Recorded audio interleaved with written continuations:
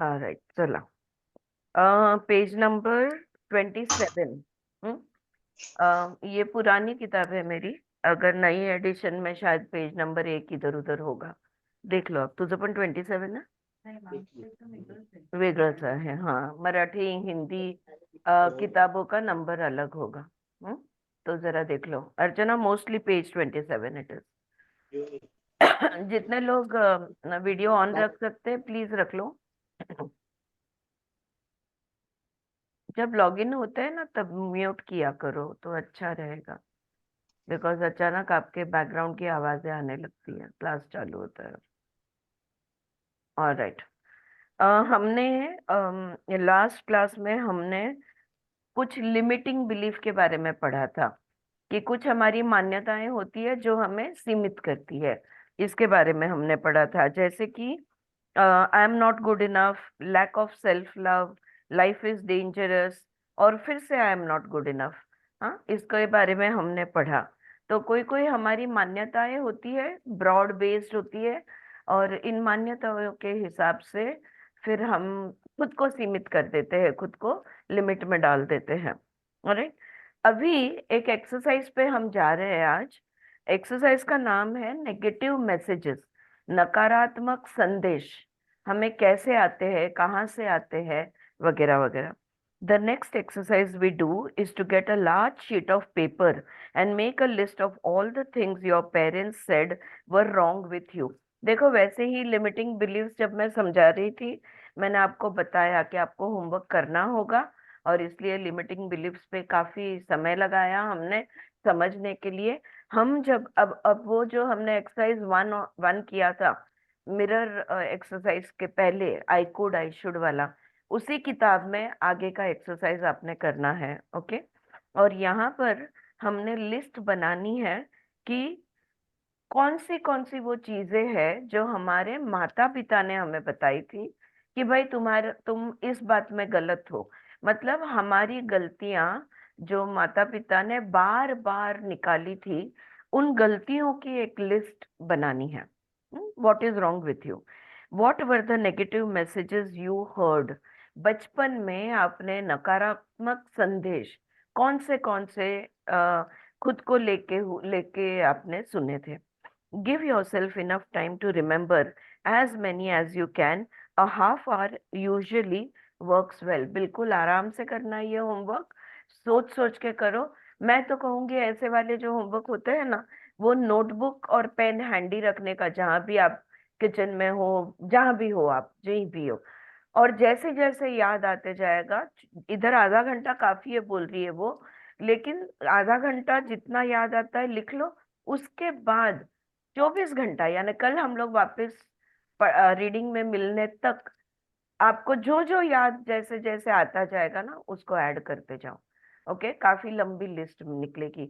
और अगर शांति से ध्यान से या सोचोगे, जरूर मिलेगा। कभी कभी मम्मी डैडी को ऐसे लगता है, हमारे पेरेंट्स को ऐसे लगता है कि बहुत ज्यादा वेरी गुड या बहुत ज्यादा एनकरेजमेंट नहीं देना चाहिए, तो थोड़ा टोकना अच्छा होता है, ऐसे उनको लगता है। लेकिन जब किसी एक बात को लेकर बार बार टोका जाता है, तब वो हमारे सबकॉन्शियस में एक नकारात्मक संदेश बनकर बैठ जाता है। It's a negative, sorry, it's a negative message which sets into our subconscious, and that those negative messages in our subconscious, those negative beliefs in our subconscious, that rules our life। हमारी जिंदगी के बहुत सारे निर्णय उन पर हम आधारित रख कर लेते हैं, जहां पे फिर गड़बड़ होती है। Okay, so give yourself enough time to remember as many as you can. A half hour usually works well. What did they say about money? अगर आप सोच रहे हो कि मैं क्या सोचूं, तो देखो यहाँ पे थोड़े पॉइंटर्स दिए। पैसे के बारे में आपके माता पिता की मान्यताएं क्या थी। देखो, ज्यादातर हमारे घरों में ये जो मनी मैग्नेटिज्म का मैं वर्कशॉप करवाती थी, उसमें कोई कोई सेंटेंसेस जो है वो घर में बहुत कॉमनली सुनने को मिलते थे। बहुत जन बोलते थे कि मम्मी हमेशा कहा करती थी या पिताजी हमेशा कहा करती थी कि पैसे पेड़ पर नहीं लगते, money doesn't grow on the trees. या तो चद्दर देख के पैर फैलाना चाहिए, चादर पसरून बघून पाय पसरावे, यानी अपने लिमिटेशन में रहना चाहिए। पैसे को लेकर अनेक मान्यताएं हम रखते हैं। तो हमारे माता पिताओं की मान्यताएं क्या थी जो हम पर रजिस्टर हो गई है, उसको लिखना है। What did they say about your body? तू तो यार बुटकी ही रहेगी। मेरी एक फ्रेंड है जिस जो डार्क स्किन्ड है, और उसकी माँ उसको काली कलूटी उसका नाम रख दिया था, and she is a very big therapist, बहुत अच्छी थेरेपिस्ट है, एक्सेलेंट पर्सन। लेकिन आज भी उसको वो खलता है कि मुझे काली कलूटी बताए थे। मेरे और एक पहचान के, हम आउट हाउस में मामा के यहाँ सर्वेंट हुआ करती थी, उसकी ट्विंस थी, एक गोरी थी एक काली थी। तो गुजराती में काली और धोड़ी, ऐसा ही उनका नाम रख दिया था कि काली को काली बुलाते थे, गोरी को गोरी बुलाते थे। ओके। अब गोरी को गोरी बुलाने में शायद उसको मजा आया होगा, लेकिन काली को काली बुलाने पे शायद बुरा लगा होगा। तो आपके शरीर को लेके, आपके हाइट के बारे में हो सकता है, आपके वेट के बारे में हो सकता है, आपके लुक्स के बारे में हो सकता है, कोई भी आपके बॉडी को लेकर आपके मम्मी डैडी कौन से कमेंट्स करते थे, ये लिखना है। फ्रेंड्स, ये लिस्ट पक्का बनाना है। हाँ, बहुत चीजें इस लिस्ट से रिजॉल्व हो जाएगी, तो इसमें बिल्कुल आलस नहीं करना। What did they say about love and relationships? प्रेम जो हम करते हैं, किसी के प्यार में गिरते हैं, हम जवानी में आते हैं, प्यार हो जाता है, या किसी हीरो हीरोइन के साथ प्यार हो जाता है, तो प्यार और संबंधों को लेकर उनकी क्या मान्यताएं थी? कभी कभी ना, हमें डायरेक्टली कुछ नहीं कहा जाता, लेकिन किसी की लड़की भाग गई या किसी के लड़के ने कोई अलग धर्म में शादी कर ली, या ऐसा कुछ भी जब बच्चे करते हैं ना, वो होता है किसी और के घर में, लेकिन हमारे मम्मी डैडी उस पर डेफिनेटली कमेंट करते हैं, और उनका कुछ कहना होता है उस बात को लेकर, राइट? तो वो कमेंट्स जो करते हैं, उस पर से हम कोई कंक्लूजन निकालते हैं, कोई मान्यता बनाकर बैठ लेते हैं। हम्म? लेकिन एक घर में मैंने सुना था, वो पिताजी उसकी लड़की को बोल रहे थे कि कोई भी कम्युनिटी के का लड़का करेगी तो चलेगा, लेकिन ABC, ये कम्युनिटी के लड़के मुझे बिल्कुल मैं टॉलरेट नहीं करूंगा। तो अगर आपको प्यार व्यार में गिरना है, तो ये 3 कम्युनिटी के नहीं है ना, उतना देख लो, वरना मुझे मुंह नहीं दिखाना। There are so many things that parents have to say. अच्छा, ये पार्टनर्स को लेकर मैंने बता दिया। अब जो सेम सेक्स पार्टनर्स, उसके बारे में तो बात करे उतना कम है, राइट? उसके अलावा दोस्ती के बारे में भी इनका कुछ कहना होता है। लोगों के बारे में, मैंने ये भी सुना है, अभी इतने क्लाइंट्स हो चुके हैं मेरे, इतना मैं कुछ कुछ सुनती हूँ, कहीं कहीं कोई कोई कुछ कुछ बोलते रहते हैं। एक बात वो कहते हैं, किसी को ज्यादा नजदीक मत आने देना, यू नो फिर संबंध बिगड़ते हैं। तो संबंध को लेके मैं आपको एक एक एग्जाम्पल दे रही हूँ। या तो बहुत घरों में भाई बहनों के बीच में पैसों की लेन देन नहीं रखते, और कहते क्या है, पैसे से संबंध बिगड़ते हैं। हम्म? पैसा तो बेचारा एक शारीरिक सॉलिड चीज है, वो ना कहीं चलता है, ना बोलता है, ना आता है, मतलब वो खुद से कुछ नहीं करता, वो कैसे संबंध बिगाड़ सकता है, राइट? लेकिन ऐसी बहुत सारी बातें होती है। तो रिलेशनशिप्स और प्रेम को लेकर, अबाउट लव, ज्यादातर इंडियन घरों में प्रेम व्यक्त करना मैं बहुत देखती हूँ। अभी थोड़ा सा रिलैक्स्ड है एटमॉस्फेयर, मेरे उम्र के, मेरे एज ग्रुप के जो मेरे फ्रेंड्स हैं, कभी अपनी मम्मी डैडी को गले नहीं लगाते, या शारीरिक expression of love and care ये कभी नहीं होता उनके बीच में। Is that how it was with you?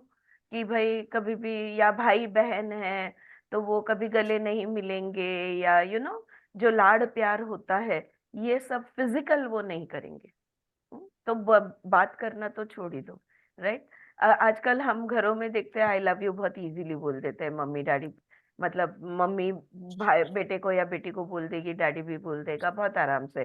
Between parent and child relationship I am saying, how was your relationship with your parents? what was the emotion? How was it expressed? If you knew that your mother loved it, what was the expression? What was the mode of expression is what I mean to ask. Okay? Was it expressed or not? Especially पिताजी को बेटियां गले नहीं लगेगी दूर से, है ना, एक सर्टन एज के बाद वगैरह वगैरह। तो इसमें क्यों हिचकिचाहट थी, क्या बात है कि जो जो ऐसे हुआ करता था? Think about that. Alright, next, what did they say about your creative talents? ये भी एक बहुत बड़ा मुद्दा हमारे घरों में रहता है। वो डांस विंस ठीक है, लेकिन इंजीनियर या डॉक्टर तो बनना ही है। वो पेंटिंग वेंटिंग हाँ ठीक है, वो म्यूजिक सब क्लास बेस करो, हॉबी ठीक है। जिनके पास बहुत अच्छी क्रिएटिविटी होती है, उनके ऊपर अगर थोड़ा सा एक्स्ट्रा एफर्ट लिया जाए, अच्छे टीचर्स अच्छे क्लासेस में डाला जाए, तो वो एक्सेलेंट पेंटर्स या म्यूजिशियंस या डांसर्स या स्कल्प्टर्स बन सकते हैं, या राइटर्स। अभी तो इसके लिए स्कोप भी बढ़ गया है, कंटेंट राइटिंग, एडवर्टाइजिंग की राइटिंग, ऐसे बहुत सारी राइटिंग अलग अलग बनती है।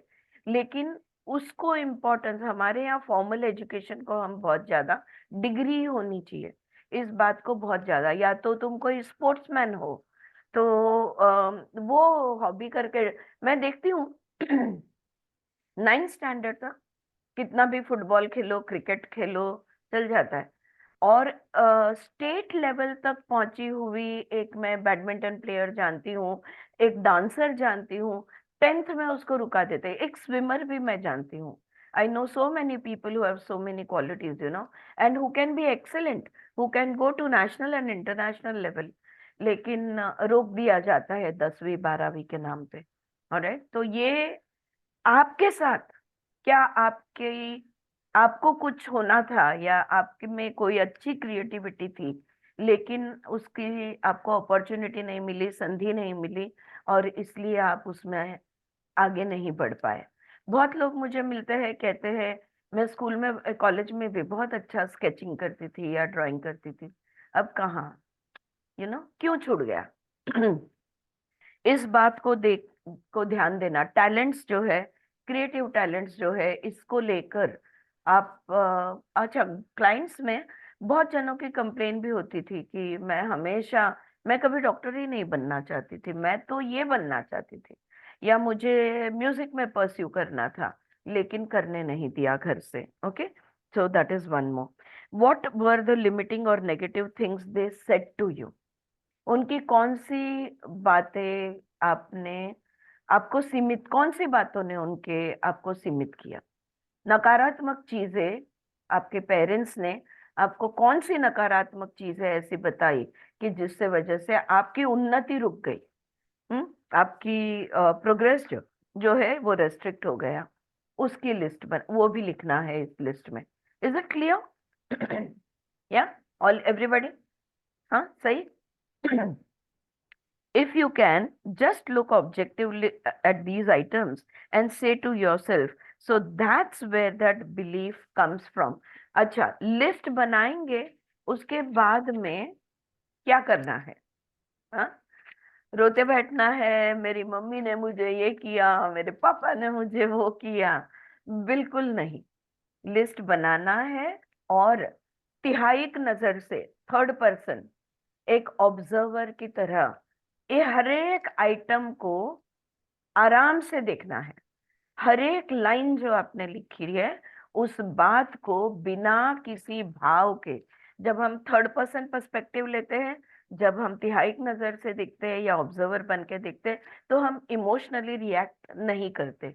अच्छा, एक हो सकता है, सिंस ये एक्सरसाइज मैंने खुद जब ये किताब ली तब की थी, कि लिखते लिखते वो यादें आ जाती है, या तो दुख उभर आता है कि जिसके वजह से हम कुछ बन सकते थे पर बन नहीं पाए। लड़कियों का होता है मेरी शादी कर दी गई, या किसी का होता है कोई एक्सपायर हो गया तो मुझे जॉब पे, मेरा एजुकेशन छोड़ के मुझे जॉब पे लग जाना पड़ा।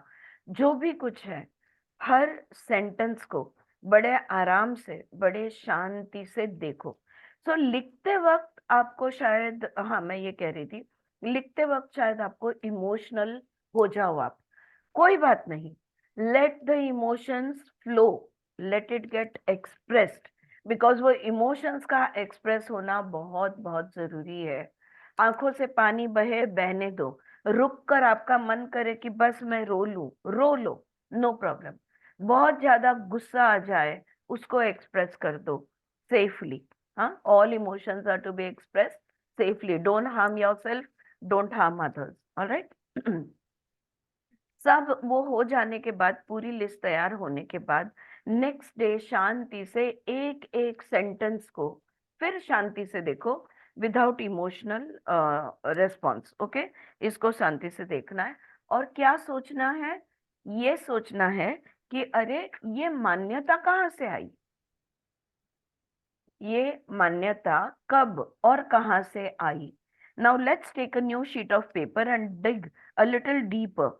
What other negative messages did you hear as a child? Okay, तो ये एक होमवर्क हो गया।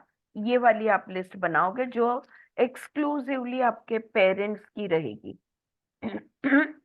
ठीक है। और अब दूसरा पेपर लेना है। अब बचपन में किसने किसने क्या क्या आपसे कहा, जैसे कि आपके रिलेटिव्स में, शायद घर में काका काकू आत्या, मतलब aunt uncles, whoever were their grandmother grandfather, whoever were a part of your family. So from relatives ने आपको कहाँ कहाँ नकारात्मक मैसेजेस दिए, ओके। तो कोई कोई मैसेजेस ये भी होते हैं जिससे हमें लगता है कि यार मुझ पे किसी को भरोसा ही नहीं है, okay? वो भी यहाँ पे काउंट होता है। Where you feel that you are not trusted, nobody has faith in you. हाँ, तो ये वाली ऐसी एक एक एग्जाम्पल याद आता है, मैं आपको बताती जाती हूँ, पर ऐसी भी चीजों को आपने लिखना है। तो अब शायद you might have lost a father और a mother, a parent in young age. तो मैंने ज्यादातर देखा है, अगर मदर एब्सेंट है तो बहुत सारे जन होते हैं जो मदर का रोल में आ जाते हैं। फिर उनकी बातें उन्होंने जो आपको बोली, वो माँ के बराबर होते हैं। और फिर वो बातें आपने रिलेटिव्स के सेक्शन में लिखनी है, कि रिलेटिव्स ने आपको जो जो बातें कही वो। दूसरा, टीचर्स। जब तक कि बच्चा कम से कम फोर्थ फिफ्थ में नहीं आता, टीचर उसके लिए भगवान ही होती है। उसके बाद वो अपना 8 साल 9 साल का हो जाए, वो अपना ओपिनियन बनाने लगता है, क्रिटिसिज्म्स कंप्लेन्स चालू हो जाती है। बट टीचर्स ने कभी कभी कहाँ कहाँ क्या कहा। हम अपने ही बीच, हमारे जो एक one of our group members, उन्होंने मुझे खुद के बारे में ये बताया था कि बहुत अच्छे थे मैथ्स में वो। हाँ, he was very good in maths. He always got out and out of marks in maths, up to the 8th standard. शायद उन्होंने खुद किसी क्लास में हमें बताया हो, कभी कभी आ जाते वो। और 8th स्टैंडर्ड में कोई मैथ्स टीचर आ गया, उसने बोला हो गया उतना हो गया, इसके बाद तुम्हें मैथ्स नहीं जमने वाला है। After that he kept Fehling in maths again and again and again. कभी कभी स्कूल में देखो, एक फेवरेट टीचर होती है, उसका सब्जेक्ट हमें बहुत पसंद आता है। हाँ, हम सबके फेवरेट टीचर्स होते हैं।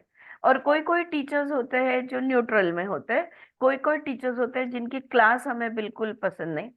मैं यहाँ तक जानती हूँ कि नेशनल नेशनल स्कूल जैसे आईआईटी, एनआईडी, आईआईएम होता है, वो लेवल का की एक क्लाइंट मैं जानती हूँ। वो लेवल पे, मतलब जहाँ पे इंडिया में से सिर्फ 15 जन को एडमिशन दिया जाता है, उसमें उसका सिलेक्शन हो गया, उस कोर्स को वो गया, और 6 महीने में निकल आया। उसके बाद बहुत सालों बाद उसे दुख हो रहा था कि जस्ट बिकॉज मैं वहां के टीचर्स, वहां का माहौल हैंडल नहीं कर पाया, इसलिए इतना प्रेस्टिजियस कोर्स, प्रेस्टिजियस इंस्टीट्यूट मैंने छोड़ दिया। ओके। तो ऐसी चीजें जो टीचर्स ने कुछ कह दी हो, जिसके वजह से आपके सुप्त मन पे उसका बहुत परिणाम हो गया हो, ये इसकी भी लिस्ट आप निकालोगे। उसके बाद अगली लिस्ट बनेगी फ्रॉम फ्रेंड्स, आपके मित्र परिवार में। मित्र, फ्रेंड्स की बातों से कभी कभी वो बोलने वाला फ्रेंड भूल भी जाता है कि उसने कुछ बोला था, लेकिन हम पर उसका बहुत गहरा असर हो जाता है। सो फ्रेंड्स ने कोई नकारात्मक मैसेजेस आपको दी हो, आपके मन में जो बैठ गई हो, और जिसके वजह से आपने खुद को कम समझा हो, ये वाले मैसेजेस।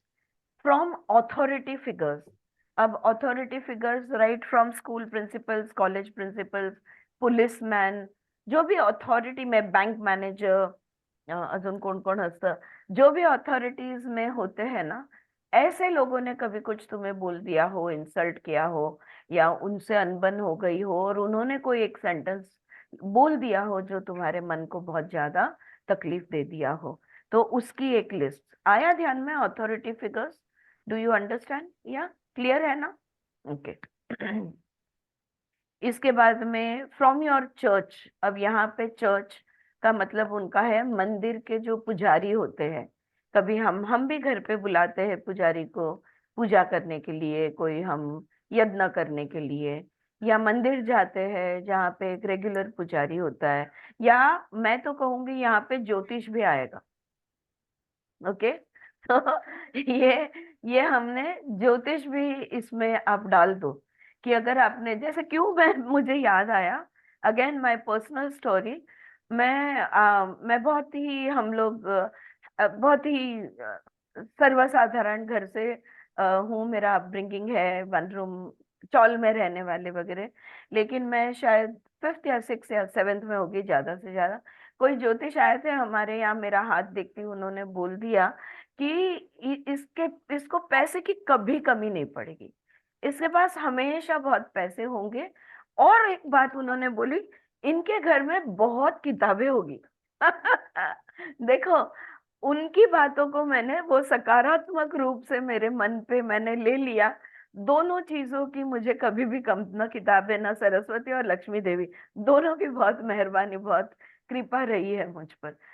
सो ये पॉजिटिव हो गया। लेकिन ऐसे ही कभी, देखो इसलिए मैं बोलती हूँ ज्योतिष शास्त्र जो है ना, 100% करेक्ट नहीं हो सकता, because we create our reality. भविष्य तो सिर्फ हम ही बना सकते हैं, लेकिन मैक्सिमम प्रोबेबिलिटी जिसको कहते हैं, वो यानी ज्योतिष शास्त्र, कि आपके स्वभाव के अनुसार, आपके ग्रह कुंडली के अनुसार, आपके पर्सनालिटी के अनुसार आप यही चॉइस करोगे। 90% चांस होता है कि आप यही चॉइस करोगे, लेकिन वो 10% चॉइस आपके हाथ में है।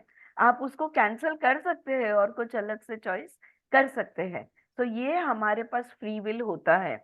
इसलिए ज्योतिष शास्त्र बहुत एक्सीलेंट ज्योतिषी है, तो 80% उसकी बातें सच निकलती है। अब जैसे मैंने सकारात्मक ले ली, ऐसा भी होता है कि नकारात्मक बोल दे कि आपकी तो उन्नति 30वें साल तक होंगी ही नहीं, तो हो सकता है कि हम छोड़ देंगे प्रयत्न करना, और 30 की उम्र की राह देखते बैठेंगे कि जब मैं 30 की हो जाऊंगी उसके बाद। ऐसा, जिंदगी ऐसे नहीं चलती, राइट? तो ऐसा कुछ आपके साथ मैं बस एक दो एग्जाम्पल जो ध्यान में आए बताया। आई होप कि आपके पास से मुझे बहुत सारे एग्जाम्पल सुनने को मिलेंगे कल जब हम लोग इस होमवर्क को पढ़ेंगे, राइट? तो आपके चर्च, टेम्पल, पुजारी, प्रीस्ट, ज्योतिषी, इनके पास से जो भी आपको सुनने में आया है, इसकी एक लिस्ट बनाना।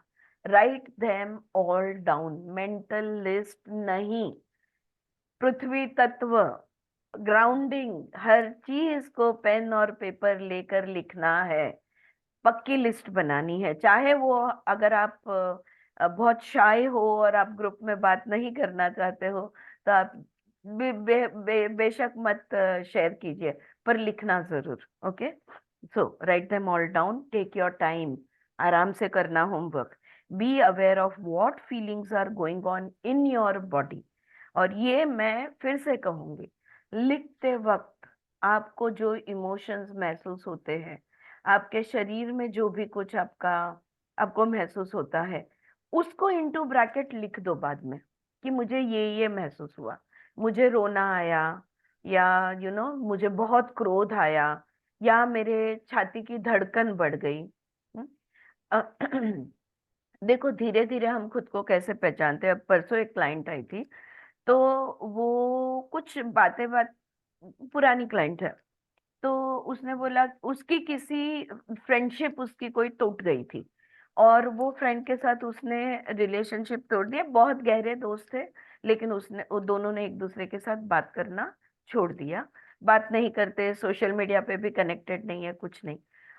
उसने मुझे आकर बोला, अरे मुझे आज वो दिख गई,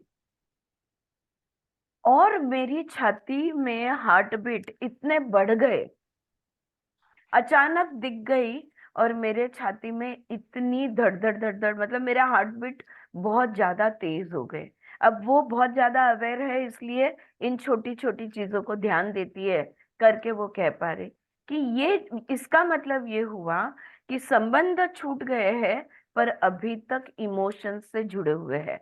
और जो लोग इमोशंस से जुड़े हुए हैं, उनको हम कहेंगे वो कर्म बंधन में है। मैंने यही बात उसे समझाई। देखो, अगर आपने कुछ काट दिया, कुछ तोड़ दिया, किसी को मार दिया, आपके कृति करने से, क्रिया करने से कर्म बंधन नहीं बनता। हम्म? A few of you might question what I'm saying here, but I can debate on it and I can prove my point. But कुछ करने से कर्म बंधन, अगर समझो कि तुमने किसी आदमी को मार डाला, ओके, उससे कर्म बंधन नहीं बनता। लेकिन उसको मारने के बाद अगर तुम डर गए, भय का अनुभव हुआ कि यार कल वो मेरा बदला लेगा, वो मुझे मारने आएगा, तो ओके, या तो आपको गिल्टी फील होगा कि मैंने ये क्या कर दिया, ऐसा, ये मैंने एक इंसान की जान ले ली। इमोशंस क्रिएट कर्म बंधना। I firmly believe this. Okay, अगर सोच लो आप, okay, and if you ever want to discuss on it, we can discuss on it. But emotions जहां पे आते हैं, वहां पे कर्म बंधन बनते हैं। यानी आपने रिलेशनशिप कट ऑफ कर दी, शायद इस जन्म में कभी एक दूसरे से दोबारा बात नहीं करेंगे, पर कर्म बंधन 100% है। अगले जन्म में फिर से तुम्हारे लाइफ में आएंगे ही आएंगे। Why? Because you still have emotional connect to that person. Alright. So this again, I'm just giving you as an example to explain. Pay attention to what you feel in your body when you are saying something or when something is happening. Yeah. इसका unmute है. All right. Is this clear? हाँ, बात clear है? Alright, okay. ये सारी list आपने बनानी है। एनीबडी जिसके पास किताब नहीं है और चाहते हैं कि मैं रिपीट करूं, पेरेंट्स के पास से सुनी हुई नकारात्मक मैसेजेस जिसने आपके जीवन में सीमितता लाई है, रिलेटिव्स के पास से टीचर्स की लिस्ट, फ्रेंड्स की लिस्ट, ऑथोरिटेटिव फिगर्स की लिस्ट, यानी कि जो जैसे मैंने कहा प्रिंसिपल या पुलिस ऑफिसर या बैंक मैनेजर या जो भी अथॉरिटी, मिनिस्टर या जो भी अथॉरिटी के पोजीशन में है, या किसी भी ऑफिस का इंचार्ज, कोई सीईओ, या आपका बॉस। आपका बॉस भी अथॉरिटेटिव फिगर में आएगा। तो बॉस, या अगर आपके घर में आपका पति है या आपकी पत्नी है अथॉरिटेटिव फिगर में, तो वो भी यहाँ पे आएगा। Alright, so from your church. और दूसरा ज्योतिष पंडित वगैरह वगैरह, ये सब लिखना है, समय लेके लिखना है। और शरीर में क्या महसूस होता है लिखते समय, उसको पूरी तरह से महसूस करना है। Okay, what you have on these two pieces of papers are the thoughts that need to be removed from your consciousness। याद रहे, नकारात्मक वाक्य है जिसके वजह से हमारे जीवन में कुछ ना कुछ नुकसान हुआ है, जिसके वजह से हम कहीं कम समझे हैं, जिसके वजह से हम जितना कर पा सकते थे उतना हमने किया नहीं। In short, what ever has stopped you from exploring your highest potential, from letting you live your life at the highest potential, all those things you are going to write down। ठीक है? तो ये नकारात्मक, और क्यों करेंगे हम ये? क्योंकि इसे हमें हमारे सुप्त मन से हटाना है, हमारे बिलीफ सिस्टम में से। इसके इसको कहते हैं, अगर हम स्पिरिचुअल लैंग्वेज में बोले, इसको कहते हैं कर्म संस्कार। ये संस्कार बन के जो बैठे हैं सबकॉन्शियस में, और जो कभी भी ग्रो हो सकते हैं, इन संस्कारों को ही हमें मिटाना है। इसलिए हम ये कर रहे हैं। These are the very beliefs you have that are making you feel not good enough। ये वो वाली मान्यताएं हैं जो तुम्हें अपने बारे में अच्छा महसूस करने से रोक रही है, जिसके वजह से तुम खुद को कम समझ रहे हो। ये वो मान्यताएं हैं। All clear? यहाँ पे खत्म होता है ये वाला होमवर्क। हाँ, सब करेंगे? कौन नहीं करेगा? हाथ करो ऊपर। नो हैंड्स अप, गुड, सब लोग ने करना है। ऑलराइट, आगे बढ़ू। Shall I read ahead? Next, seeing yourself as a child.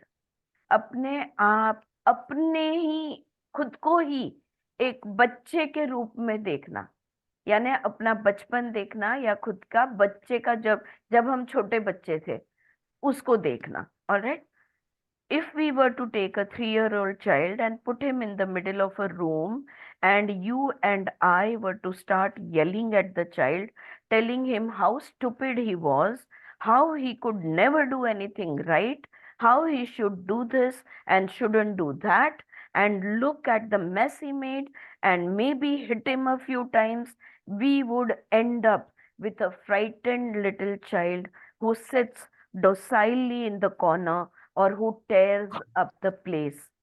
This child will go on one of these two ways, but we will never know the potential of that child।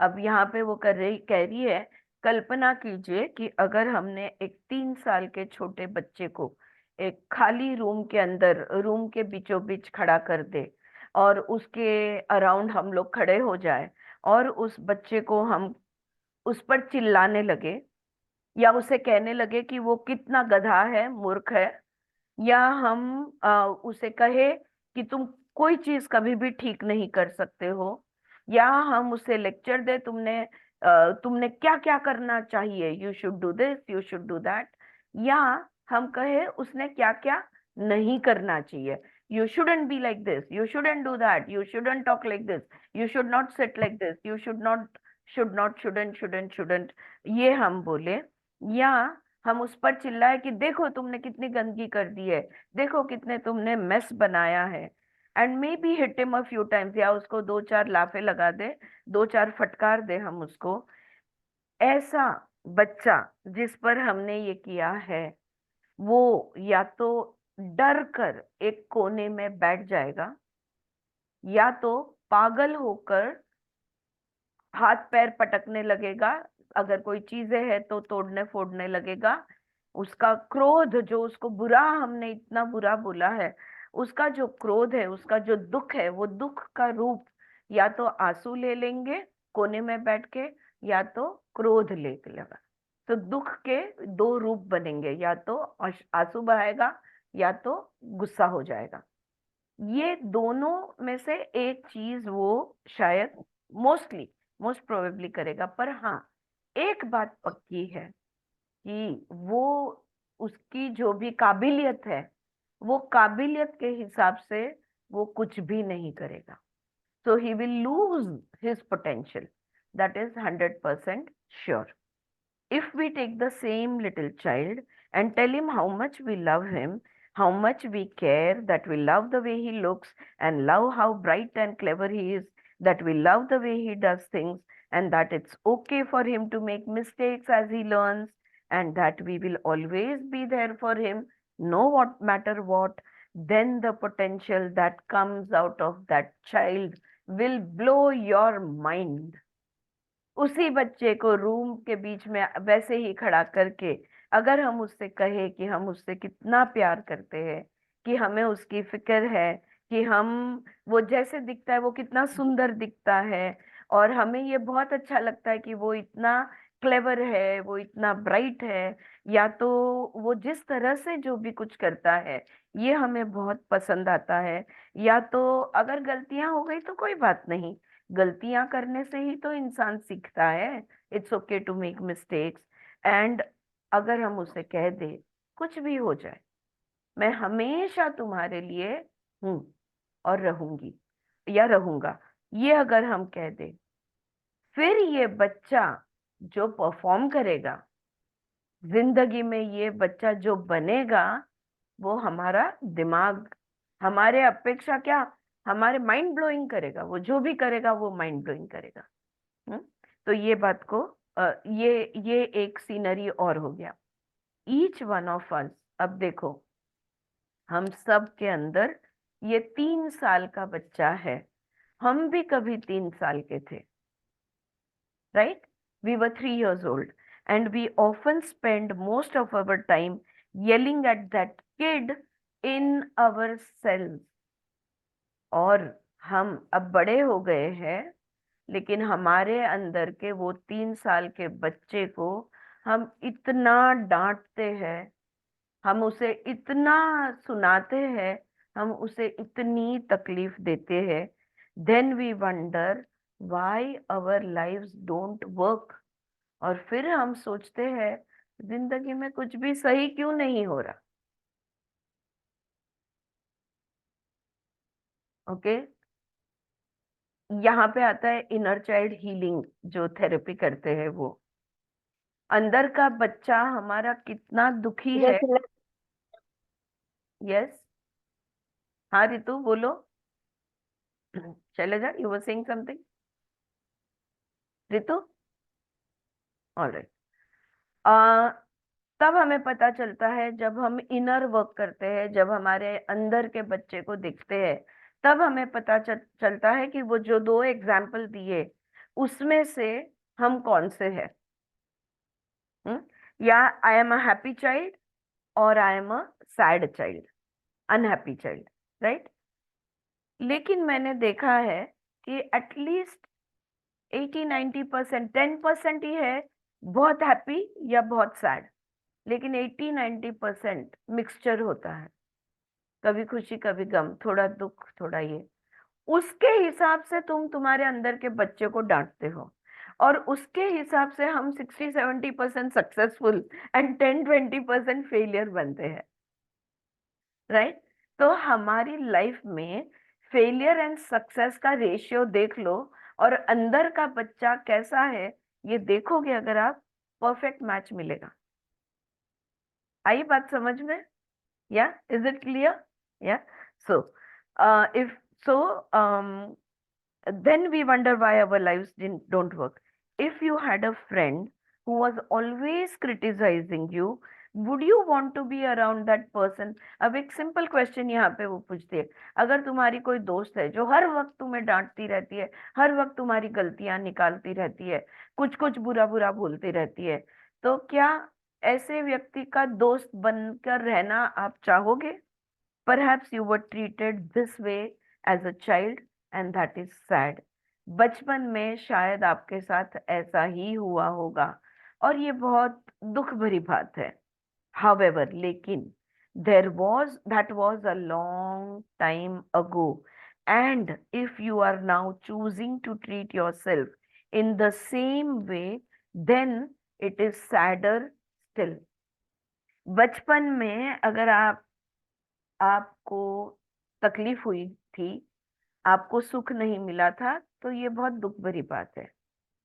लेकिन आज बड़े होने के बाद भी आप अपने अंदर के बच्चे को उतनी ही तकलीफ देते हो, उतना ही डांटते हो, उतना ही कुछ कुछ बोलते हो, तो ये उससे ज्यादा दुख भरी बात है, वो कह रही है। It is sadder still. So now here in front of us, we have a list of the negative messages we heard as as a child. Okay, how does this list correspond with what you believe to be wrong with you? Are they almost the same? Probably yes. देखो अब हमारे पास क्या क्या है, नकारात्मक messages की list है हमारे पास, और दूसरा जो बचपन में हमने सुनी थी वो, और दूसरी हमारे पास लिस्ट है जहाँ जहाँ पे हमने वही आई कुड वाली लिस्ट जो है ना, वो वाली लिस्ट है जहां पर हमने लिखा है कि क्या क्या गलतियां हैं हमारे में। हाँ, आई कुड की लिस्ट यानी गलतियों की लिस्ट है। अब दोनों लिस्ट को अगर आप मैच करोगे, बचपन में आपने सीख सुना हुआ और अब बड़े होने के बाद आप जो महसूस कर रहे हैं, ये दोनों लिस्ट को अगर आप मैच करोगे तो ये सेम चीजें निकलेगी। हम्म? क्योंकि बचपन से हम बरसों से खुद को लेकर कुछ न कुछ एक बात बुरा बोलते रहते हैं, हमारे शरीर को लेकर, आदतों को लेकर, संबंधों को लेकर, बहुत सारी चीजों के बारे में हम सालों साल खुद को कोसते हैं, खुद को बुरा बोलते हैं। V base our life script on our early messages. तो हमारी जिंदगी की कहानी, वो जो नकारात्मक मैसेजेस या सकारात्मक मैसेजेस जो हमें बचपन में जो मैसेजेस मिले थे, उस पर आधारित हम हमारी जीवन कहानी लिखते हैं। Probably we all we are all good little children and obediently accept what they tell us as truth.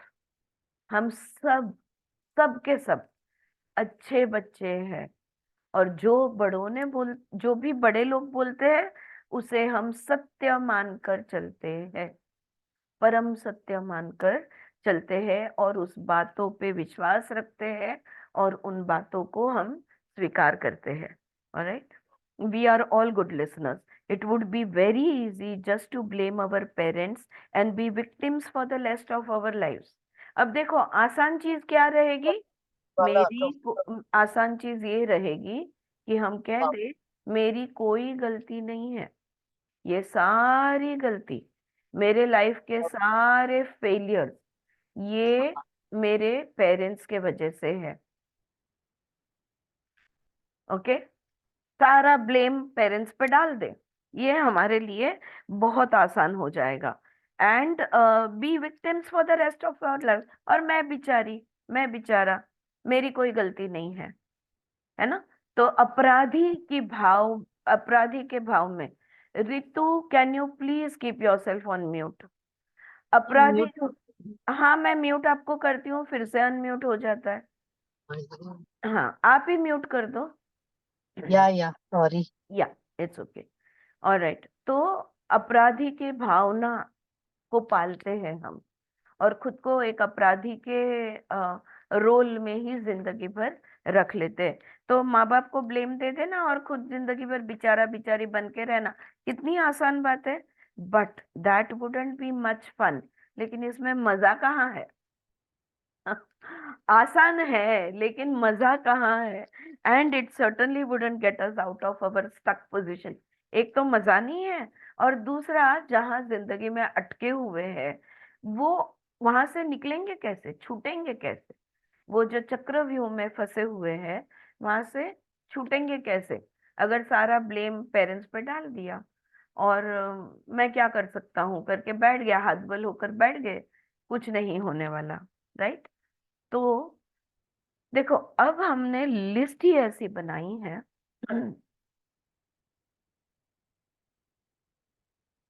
जहां पर पेरेंट्स का ने गलतियां जो की, उसकी बेसिकली हमने लिस्ट बनाई है। तो पेरेंट्स को ब्लेमिंग के बारे में हमने थोड़ा समझना होगा। तो उनका नेक्स्ट साइड हेडिंग है ब्लेमिंग योर फैमिली। सारी गलती मेरे कुटुंब की है, सारी गलती मेरे पेरेंट्स की है, इसके बारे में हम थोड़ा सुनेंगे, पढ़ेंगे। Blame is one of the surest way to stay in a problem. इसको हम कहते ही है blame game. With anybody we play blame games, with everybody, anybody and everybody.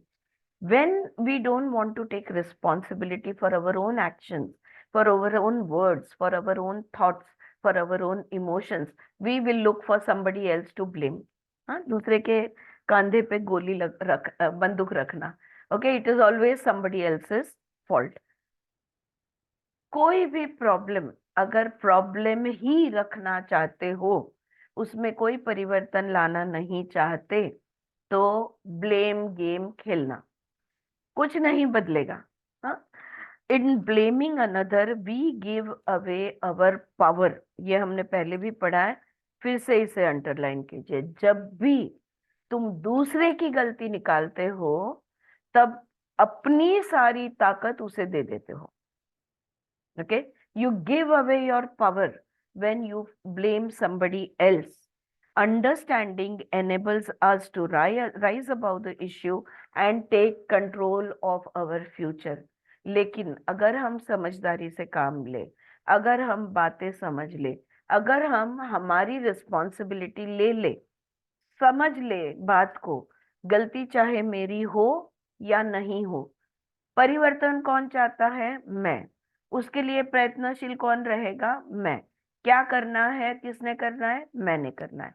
और अगर आप करते हो, तो आपका भविष्य आपके हाथ में आ जाएगा, यानी भविष्य की लगाम खुद के हाथ में आप ले लोगे. हम्म? वरना ये लगाम आप दूसरे के हाथ में दे रहे हो. अगर उनके वजह से ही सब कुछ हो रहा है, तो लगाम उनके हाथ में. That is what it means by we give away our power. अब देखो, इसको समझना जरूरी है. हाँ, समझून घेणे इम्पॉर्टंट है. क्या समझना है? The past can not be changed. जो हो गया सो हो गया. भूतकाल में जो भी कहा गया, जो भी हुआ, इसको बदल नहीं सकते. Alright, the past can not be changed.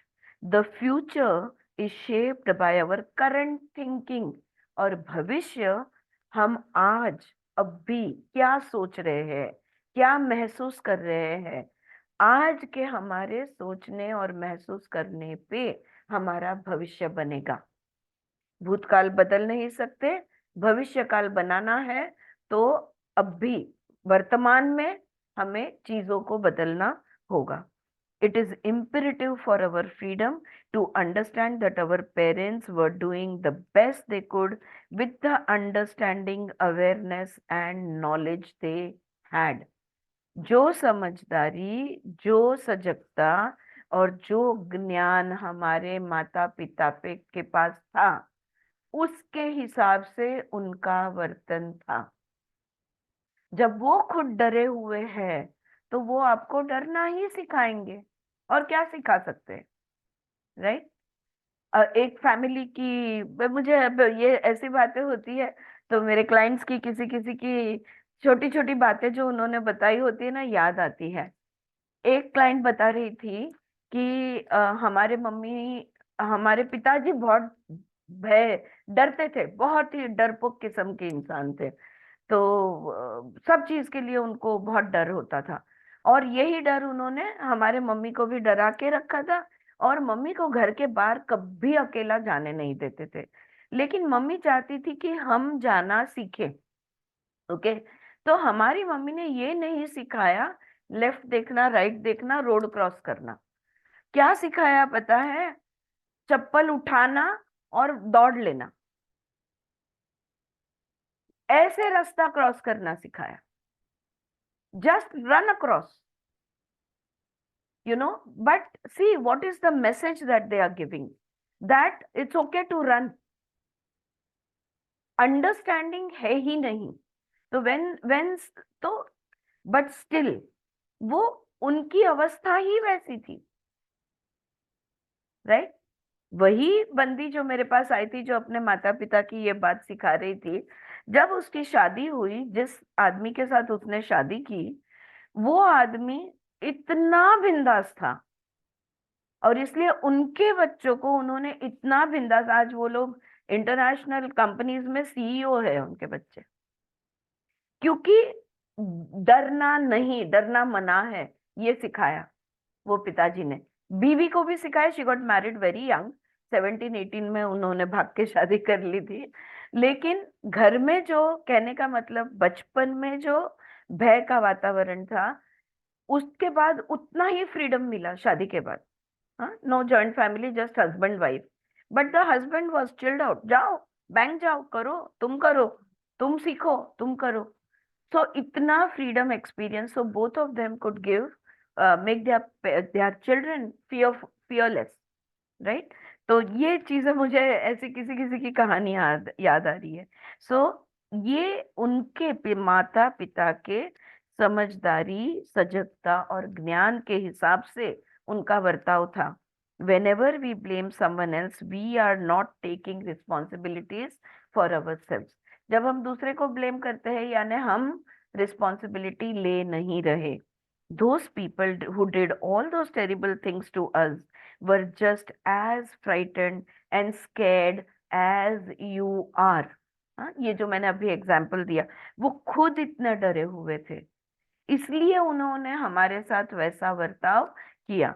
They felt just the same helplessness as you do. और तुम्हें जितना हतबल महसूस होता है, हेल्पलेस महसूस होता है, वो खुद को भी उतना ही हेल्पलेस महसूस कर रहे थे। The only things they could possibly teach you are what they have been taught. मुझे जो सिखाया गया है वही मैं सिखा सकती हूँ। हाँ, अब सिखाने वाले सिर्फ माता पिता नहीं होते, हम आजू बाजू वालों के पास से भी बहुत सीखते हैं। स्पेशली मेरे जैसे जो चौल्म में जिनका अपब्रिंगिंग हुआ है, वो घर से ज्यादा आजू बाजू से ज्यादा सीखते हैं, राइट। इतना कुछ ऑब्जर्व करने को मिलता है और इतना वैरायटी देखने को मिलता है रिलेशनशिप्स में, तो वो बहुत कुछ सीखने को मिलता है। तो वहीं और पर, या वाडा संस्कृती, काय वाडा म्हणते, संस्कृती, वाडा वाडा. संस्कृती राइट, वाडा संस्कृती. How much do you know about, you know what, Suchitra?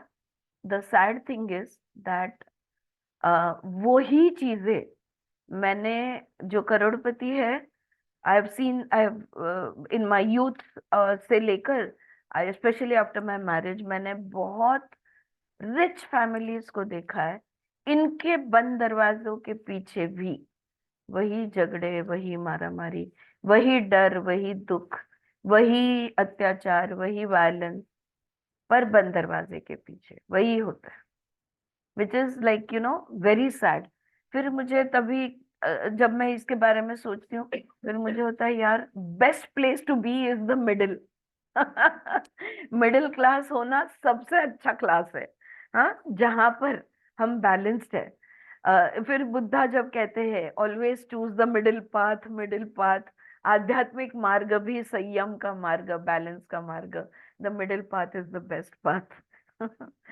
Alright, so if they were yeah, how much do you know about your parents childhoods, especially before the age of 10? हाँ, इस पे हमने काफी चर्चा की है। हमारे माता पिता के बचपन के बारे में हम कितना जानते हैं? हाँ, जब तक अभी इस उम्र में जाके मैं मेरी मम्मी को उसके बचपन, पिताजी को तो चांस ही नहीं मिला पूछने का कि उनका बचपन कैसे रहा, कि वो कभी सूझा ही नहीं मुझे कि मैं उनको पूछूं कि आप जब 10 साल के थे आपका जीवन कैसा था, right. And now it's too late, but anyway, so we don't know at the age of 10 उन्होंने क्या क्या सहन किया है। If it's still possible you for you to find out, ask them. सच में आज मैं सोचती हूँ, काश काश मैंने पिताजी को भी पूछा होता कि जब आप 8-10 साल के बच्चे थे, आपका बचपन के दिन आपके कैसे थे, राइट। मम्मी को पूछा, थैंकफुली चांस है अभी भी। आपके माता पिता अगर जीवित है, अगर आप पूछ सकते हो, जरूर पूछना आपका बचपन कैसा था। यस हंसाबेन, बोलिए। આરતીબેન, जी। મારા સાસુને હું છે ને આ બધું સમજીને પછી બહુ સારો પ્રેમ કરતા શીખી. કારણ કે મારી સાસુ બહુ જ નાના હતા ને ત્યારે એમના મમ્મી એક્સપાયર્ડ થઈ ગયા. हम्म, પછી એમનો સગા ભાઈ જતા રહ્યા, તો એ બિચારા એને એટલું બધું નાનપણથી એને દુઃખ વેઠવ્યું હતું ને, એટલે એટલા સ્ટ્રોંગ અને સામે એકદમ કડક થઈ ગયા હતા બહુ જ. बराबर એટલે હવે પછી બાને જે સ્વભાવને સમજીને પછી બાને પ્રેમ કરવાની મજા આવી, એમ કે बराबर, એને એનું પણ એવી રીતે ગયું હતું એટલે એ આવા થઈ ગયા છે એમ. Perfect perfect. तो वो अंडरस्टैंडिंग, जब तक उनकी कहानी हम नहीं जानते, हम હા उनको गलत जज कर रहे हैं। उनकी कहानी जानने के बाद हम उनको समझ सकते हैं, और समझदारी के साथ माफी आती है, क्षमा कर सकते हैं, क्षमा मांग सकते हैं, क्षमा दे सकते हैं, और उससे हमारे जीवन में बहुत बदलाव आता है। बहुत सारी चीजें हमारी वर्कआउट होनी शुरू हो जाती है।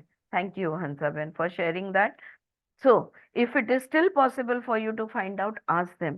If you are able to find out about your parents' childhoods, you will more easily understand why they did what they did. Understanding will bring you compassion. अभी मैंने बोला ना, अभी जो हंसाबेन ने शेयर किया कि उनकी सास का बचपन इतना कठिन था, इसलिए वो इतनी कठिन है। ये ध्यान में आने के बाद दिल में गुस्सा नहीं, क्रोध नहीं, दिल में करुणा जागृत हो जाती है। So it will bring about compassion. If you don't know and can't find out, try to imagine what it must have been like for them.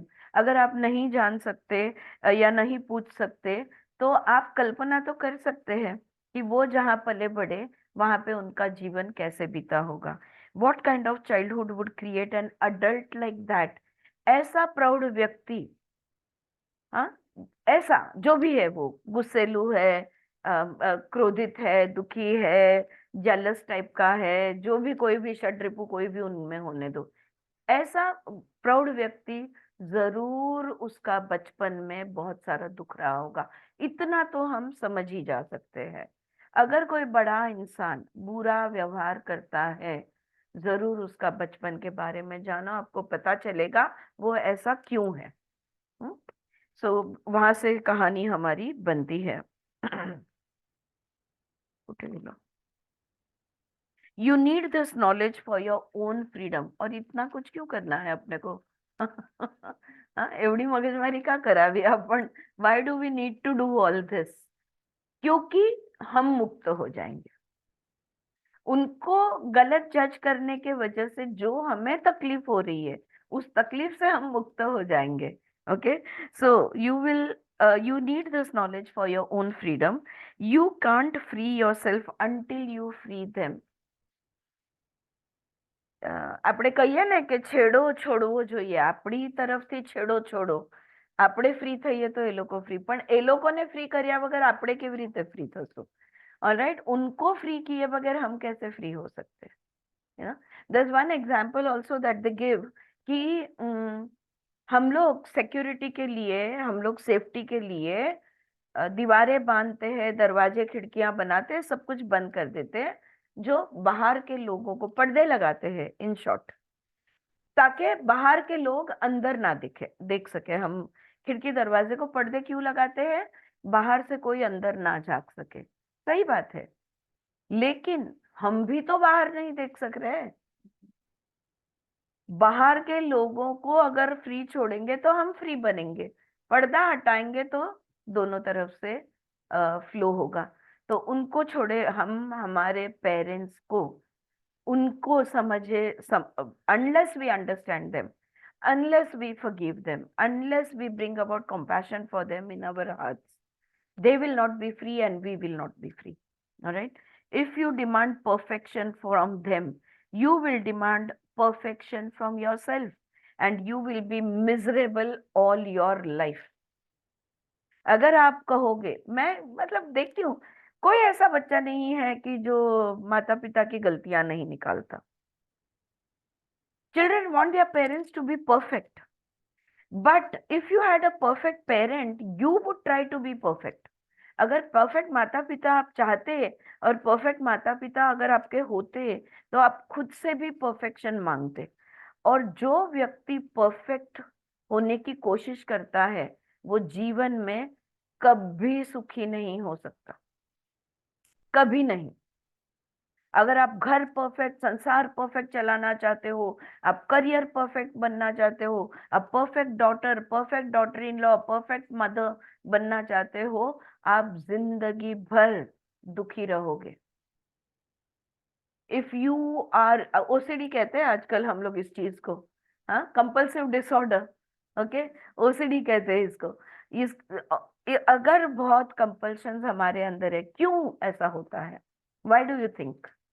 Why do you think that people who want perfection in everything, ये recipe ऐसी ही बननी चाहिए, ये काम ऐसा ही होना चाहिए, ये ऐसा ही लिखा जाना चाहिए. Those who want to be perfect in everything, why are they unhappy? Why are they suffering? Why are they miserable? उनमें एक्सेप्टेंस नहीं है. हाँ, एक्सेप्टेंस नहीं है, इसलिए तो वो परफेक्शन चाहते हैं ना. लेकिन दुखी क्यों है वो? Never happy. Sorry Kalpana. Never happy with our work.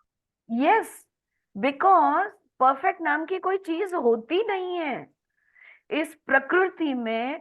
हर एक पौधा आप ले लो, उसका हर पत्ता अलग होता है. कोई दो पत्ते एक जैसे नहीं होते, फिर भी वो अपने आप में परफेक्ट होते हैं. लेकिन परफेक्शन नाम की, कॉमन परफेक्शन नाम की चीज कोई होती नहीं है. Like Kalpana said, never happy with whatever they are done.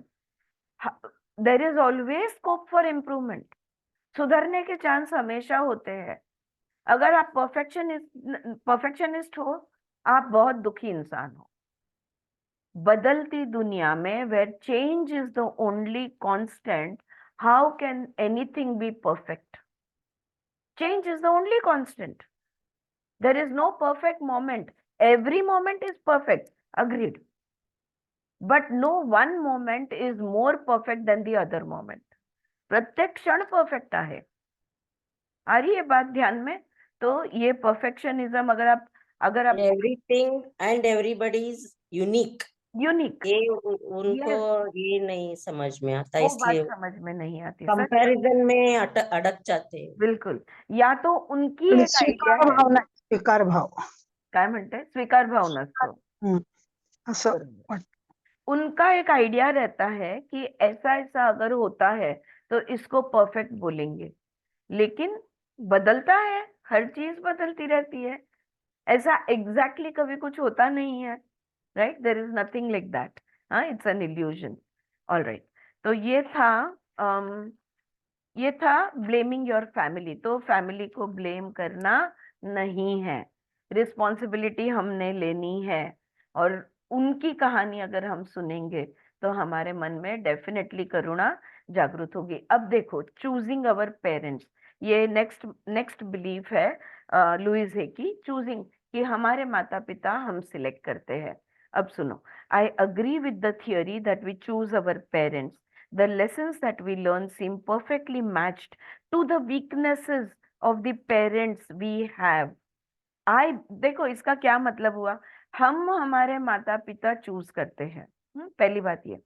दूसरी बात, जो भी गलतियां हमारे माता पिता में हमें दिखती है उसको हम सुधारते हैं हम में.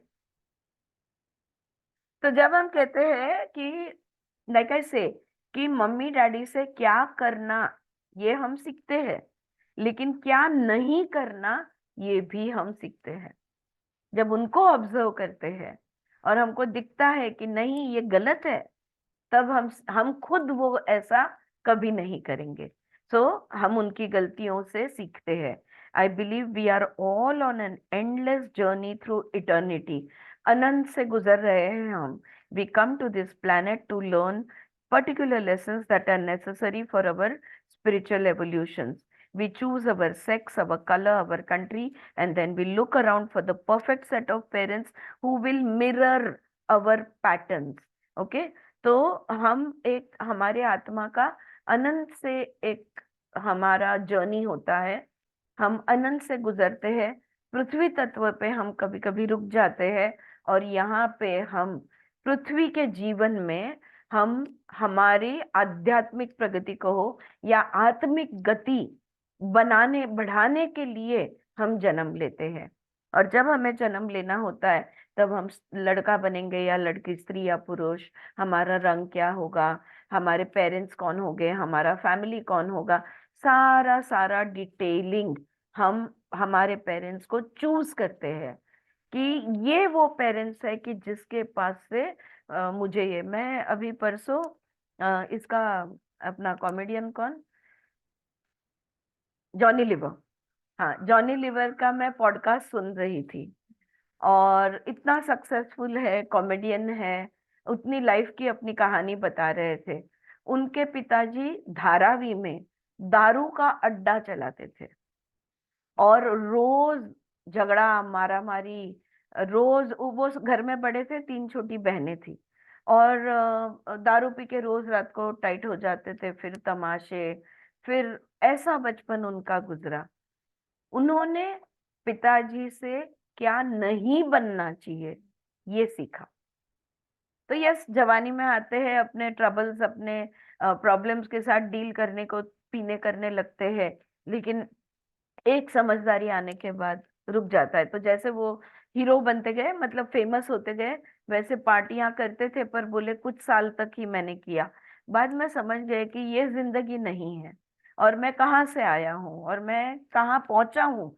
उसकी जब ग्रैटिट्यूड मन में जागी कि मैं क्या था और आज क्या बन गया हूँ, और मेरे साथ वाले कितने जन मतलब डूब गए, मैं उभरा, मैं आगे बढ़ा, लेकिन कितने जन बढ़ नहीं पाए, या तो वो गैंगस्टर बन गए, या तो वो मर गए, उनके मर्डर्स हो गए। ये जो लाइफ उन्होंने देखी, सो वी चूज, कहने का मेरा मतलब ये है कि पेरेंट्स, हम परिस्थितियों को, माता पिताओं को हम ऐसी चूज करते हैं जिसमें से हमारे लिए, हमें जो इस जीवन में बोध सीखना है, उसकी हमें अपॉर्चुनिटी, संधि हमें मिले। Okay, which are perfect for the lessons that we have planned to learn in this lifetime. Okay, उस हिसाब से हम हमारे पैटर्न्स हम तोड़ना चाहते हैं, उस पैटर्न्स को ब्रेक करने के लिए। वरना हम देखते हैं पिताजी अल्कोहलिक, लड़का भी अल्कोहलिक, सब फैमिली में अल्कोहलिज्म रन करता है, right? our visits to this our visits to this planet are like going to school. If we want to become a beautician, you go to a beauty school. If you want to become a mechanic, you go to mechanic school. If you want to become a lawyer, you go to a law school. The parents you pick this time around are the perfect couple who are experts in what you have chosen to learn. तो ये पृथ्वी पे हमारा जीवन जो है, ये एक पाठशाला है, और इस पाठशाला में हमें जो सीखना है, उसके लिए हमारे पेरेंट्स हमने परफेक्ट चूज किए हैं। अच्छे तो अच्छे, बुरे तो बुरे, अच्छा बुरा तो अनुभव होता है, वरना परिस्थिति सारी परफेक्ट ही होती है, सिचुएशन सारे परफेक्ट ही होते हैं। Alright, so when we grow up, we have a tendency to point our fingers accusingly at our parents and say, you did it to me, but I believe we chose them. तो हम उंगलियां उठाते हैं, पिताजी को बोलते हैं आपके वजह से, माँ को बोलते हैं आपके वजह से, लेकिन एक्चुअली उनको हमने ही तो चूज किया था, हमने ही तो तय किया कि उन्होंने कौन सा रोल प्ले करना है और उन्होंने कैसे व्यवहार करना है। फिर हम जाके हमारे लेसन सीखेंगे, पैटर्न टूटेंगे। ओके, नेक्स्ट, आई थिंक ये लास्ट है, listening to others. Side heading है, दूसरे को सुनना। Our older brothers and sisters are gods to us when we are little. जब हम छोटे होते हैं ना, तो हमारे बड़े भाई या बड़ी बहन यानी हमारे भगवान होते हैं ये। If they are unhappy, they probably took it out on us physically और वर्बली। अगर जब जब वो दुखी होते थे, तब हम पे उन्होंने अपना दुख व्यक्त किया था, या तो शारीरिक रूप से या तो शाब्दिक रूप से, यानी या तो हम पर उन्होंने अपना जो भी कुछ वो उनका अनुभव रहा होगा, वो हम पर उन्होंने गुस्सा निकाला था। जब भी वो दुख में थे, वो दुख हम पर उन्होंने या तो हमसे लड़ाई कर लिया, मार दिया, या जो भी कुछ है। शायद उन्होंने ऐसे कुछ वाक्य बोले होंगे जैसे कि I tell on you for, देख तूने ये किया ना, तो मैं तेरा नाम बता दूंगा, मैं मम्मी को बोल दूंगा, मैं पापा को बता दूंगा। जब भी कोई एक बच्चा दूसरे बच्चे से कहते मैं ना तेरा नाम बता दूंगा, तब वो हम में कौन सा भाव डाल रहे हैं, हमें क्या महसूस होता है? गिल्टी फीलिंग आती है, कि देखा मैंने गलत किया, अब ये अगर किसी को पता चल गया तो, अगर इसने किसी को बता दिया तो ये गिल्ट हमारे में उभरता है। You are just a baby, you can't do that, अरे तुम तो बच्चे हो, कच्चा नींबू हो, तुम ये नहीं कर सकते। ऑलराइट। तो अगर हम कर सकते भी हैं, उनको लगता है कि हम नहीं कर सकते, और जब वो हमें बोलते हैं कि तुम नहीं कर सकते, तो हम समझते हैं कि नहीं कर सकते और हम नहीं करते। Alright. Next, you are too stupid to play with us. जा रे तू, तू पागल है, तू मूर्ख है, तू, तेरे को हमारा गेम नहीं पता चलेगा, तेरे को नहीं समझेगा कैसे खेलना है, तू जा इधर से। राइट। કાચું લીંબુ બનાવે. हाँ નાના काचे રમે ત્યારે તને નહીં આવડે તું કાચું લીંબુ. काचे नींबू, बराबर। तो इस तरह से हमने शायद हमारे बड़े भाई या बहन से ऐसे वाक्य शायद सुने होंगे। Teachers at school often influence us greatly. In the 5th grade, a teacher told me emphatically I was too tall to be a dancer. I believed her and put away my dancing ambitions until I was too old to make dancing a career. वैसे ही हमारे teachers जो हमें कहते हैं ना, वो भी हम पर बहुत उसका असर होता है। जैसे वो कह रही है कि मैं हमेशा डांसर बनना चाहती थी, लेकिन मेरे टीचर ने कह दिया तुम बहुत ज्यादा लंबी हो, तुम अच्छी डांसर नहीं बन सकती क्योंकि तुम बहुत ज्यादा लंबी हो। तो बोलती है मैंने डांस छोड़ दिया, और जब मेरे ध्यान में आया कि ये टीचर की बात थी, मुझे सुनना जरूरी नहीं था, मैं डेफिनेटली प्रयत्न कर सकती थी, करियर बना सकती थी, तब तक उम्र बहुत ज्यादा हो गई थी, तो वो नहीं हो पाया। Did you understand that tests and grades were only to see how much knowledge you had at a given time, or were you a child who allowed tests and grades to measure self-worth? मैंने 98% 10th standard में जो लड़की को आया था, उसको बैठ के रोते हुए देखा है, बुरी तरह से। मेरा 1% कहाँ गया? मेरे ही फैमिली की एक कजिन है मेरी, मेरा 1%, मुझे 99 मिलना चाहिए था, 98 क्यों मिला? सोचो, आप उस प्रकार के बच्चे थे जो ये समझता था यार जो मिला सो मिला, जितना मैंने पढ़ाई किया उतने मार्क मुझे मिले, जो याद आया उतना मैंने लिखा, अब भूल गया तो भूल गया। क्या आप उस प्रकार के छात्र थे, या आप वैसे थे जो अपनी कीमत किसी परसेंटेज पे आधारित रखते थे कि अगर मैं 99 लाती हूँ तो ही मेरी कुछ कीमत है, अगर मैं 98 लाती हूँ तो मेरी कोई कीमत नहीं है। यू नो, आई रिमेम्बर हमारे टाइम पे तो 90% वगैरह नहीं, हाईएस्ट परसेंटेज 70 हुआ करता था। जब मैंने एसएससी पास की ना, वो टाइम पे हाईएस्ट परसेंट 68 70 वगैरह हुआ करता था। और मैंने 10th स्टैंडर्ड में, मेरे क्लास में से मैं एक ही ऐसी लड़की थी जिसने 10th स्टैंडर्ड के कोई क्लासेस ज्वाइन नहीं किए थे। तभी क्लासेस का 1 साल पहले जब मैं 9th में थी तो फैड चालू हो गया था क्लासेस ज्वाइन करने को। या I can see Sujata, Sujata बालिका क्लासेस आठवतात का? ओके, बालिका classes had started when I was in 9th standard, तो 10th में मेरे पूरा क्लास उस क्लासेस को जाता था, एंड आई वुडंट गो। अच्छा, मुझे 10th स्टैंडर्ड में 59% हुए, तो I just came home, I told my mother that बालिका क्लास में हाँ बेला, आरती, हाँ हाँ, बालिका क्लास में तो मैं बेस्ट स्टूडेंट थी अच्छा तू भी उस बैच की. हाँ, बेला मेरे पीछे 3 हाँ, साल बाद सबसे थी। हाँ, 3 साल बाद और बेला मैं क्लासेस ज्वाइन की थी। A1 ग्रुप में थी. A1 A+ group. ग्रुप, हाँ, A+ ग्रुप भी हुआ था। हाँ, हाँ. ऑलराइट, आमच्या वेळेस क्लासमध्ये जाणं हेच बुद्धू आहे असं समजायचे. हो ना, म्हणजे हा, जे वीक असतात ते आपण ट्युशनला जातात. येस, जे हा, वीक असतात ज्याला ते येत क्लासला. नाही ते जातात. आणि गाईड पण वापरायची हे नव्हती, हाँ, म्हणजे आम्ही कधी नहीं, गाईड वापरलं नाही, क्लासला गेलो नाही. बरोबर। लेकिन मैं 10th में आने तक ना क्लासेस अच्छा परफॉर्म करने के लिए क्लासेस ज्वाइन करने का ट्रेंड चालू हो गया था। फिर मैं घर आई, मैंने मम्मी को बोला 59%, 1% से मेरा फर्स्ट क्लास चूक गया। मम्मी बोली तूने कुछ क्लासेस नहीं किए, कोई एक्स्ट्रा ट्यूशंस नहीं लिए, घर का सब काम सब हाथ से ही हम लोग को करना, बेला सुजाता ये लोग जानते हैं, कुएं से पानी भरना पड़ता था और सारा घर काम करना पड़ता था, ये सब कुछ करके सब कुछ संभाल। मैं 10th तक तो भी अच्छी बच्ची थी, ओके सुजाता। इलेवेंथ की बाद की कहानी अलग है। मैं बिलीव करती हूँ आप बोलते हो तो। और तो she said this is fantastic, बहुत अच्छे परसेंटेज आए, I am very proud of you.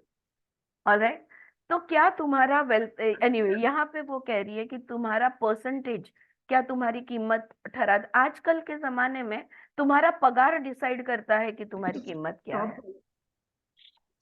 हा, ऐकू आलं? अंजली काय बोललीस? विद्या? हा, हा. आमच्या घरी असं होतं की वडील म्हणायचे किती अभ्यास करते, बाद झाला अभ्यास. म्हणजे असं कधी हेच नव्हतं. हो, म्हणजे खूप होतं त्यावेळेला. राईट आणि राईट. म्हटलं फर्स्ट क्लास मिळणार नाही, तुला काय म्हणे मिळणार आहे फर्स्ट क्लास. आणि हो, आमच्या 11वी त्यावेळेला मला खूप मिळाले होते, म्हणजे इंटर आम्हाला इंटर खूप होते. हम्म, पहिला आलेला होता ते करेक्ट करेक्ट, 75. राईट राईट म्हणजे आई वडील पण असे नव्हते जे आता आहे मागे लागतात करा करा, तसं नव्हतं काही. राइट राइट, बरोबर है। सो क्या आपका सेल्फ वर्थ, आपका पगार तय करता है कि आपका सेल्फ वर्थ क्या है? आपका जो भी घर में आप पैसा कमाते हो उस पे आधारित है कि आपकी कीमत कितनी है? जो मार्क मिलते हैं क्या उस पे आधारित है आपकी कीमत कितनी है? हाँ, इस बात के बारे में सोचो। Our early friends share their own misinformation about life with us. The other kids at school can tease us and leave lasting hurts. When I was a child, my last name was Lune, Lunney, and the kids used to call me lunatic. अब देखो school में ना कभी कभी हमें nick name दे देते हैं, तो ऐसा कुछ बोल देते हैं कि हमारे नाम का अपभ्रंश बना के उस नाम से हमें पुकारने लगते हैं। इससे भी हमारे सेल्फ एस्टीम, कॉन्फिडेंस, इन चीजों पे परिणाम होता है। जैसे वो कह रही है कि उसका सरनेम था Lunney, शादी के पहले का, राइट? तो वो लूने होता है तो उसको, या लूनी होता है, उसको सब लुनाटिक ही बुलाते थे। Neighbours also have an influence. सब ये नासिका के मैंने सबसे कॉमेडी अगर कोई निकनेम सुना हो तो वो है अंड्या। मतलब अंड्या क्यों बुलाते हैं पता नहीं, लेकिन that's the funniest name that I have heard. Neighbors also have an influence, not only because of their remarks, but also because we are asked, what will be the neighbors think? लोग क्या कहेंगे? सबसे बड़ा रोग, लोग क्या कहेंगे, right? तो ये भी, इसका भी हम पर परिणाम हुआ था। Think back to the other authoritative figures who were influenced in your childhood. And of course, there are strong and very persuasive statements made by advertisements in periodicals and on televisions. All too many products are sold by making us feel we are unworthy or wrong if we don't use them. सबसे हानिकारक products है डीओज, और जो भी skin पे direct apply हम करते हैं ना, ये सबसे हानिकारक प्रोडक्ट है।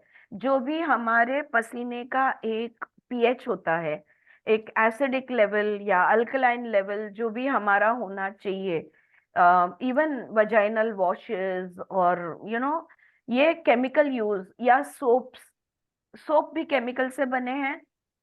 इससे अगर हम हमारा देखो, हम जैसे साबुन से मुंह नहीं धोते, वैसे साबुन से हमने हमारा प्राइवेट पार्ट्स है, यानी वजाइना है, पेनिस का हेड है, इसको धोना नहीं चाहिए कभी भी, क्योंकि उसका पीएच बदल जाता है, उसका एसिडिक लेवल बढ़ जाता है, फिर वहां पे कोई ना कोई हमें स्किन इश्यूज होने चालू हो जाते। तो कहने की बात यह है, neighbours, parents, Elder brothers and sisters, teachers, और वैसे ही एडवर्टाइजमेंट्स का हमारे पे बहुत गहरा असर होता है।